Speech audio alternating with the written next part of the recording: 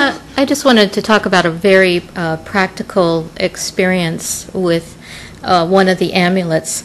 I had a daughter who, from about the age of 3 on, had a terrible fear of abduction by aliens. I mean, this is, even before she really knew the word alien, she would describe how there was that they had put a crystal in her, and it was not something that she had ever been exposed to, and there had never been any kind of solution that I had found for her.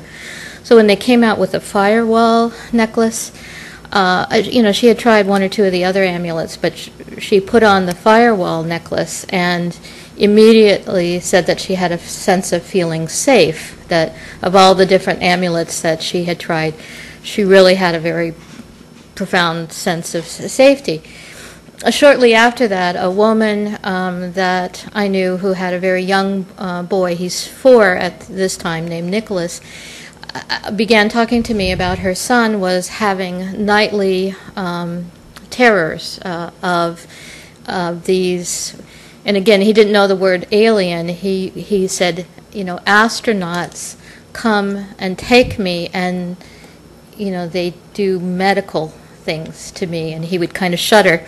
So she had him come and talk to me about it, and she said, we've tried all kinds of different, all the things out of the psychology books about how to, we're here in the other room, and put a white light around you, and nothing seemed to be helping him. And he's a very bright, very verbal young man. So I told her about the Firewall, how it had worked for my daughter, and I talked to Yanesh and said, is there a way that it can be put into an amulet rather than in the necklace form? So they immediately got it for Nicholas and, hung it by his bedside, and the nightmare stopped, and he then began talking to them about, could they get something for the whole house? but he has not had another nightmare at all, and to me, okay, at the age of 4, this is just very simple and direct experience of this technology.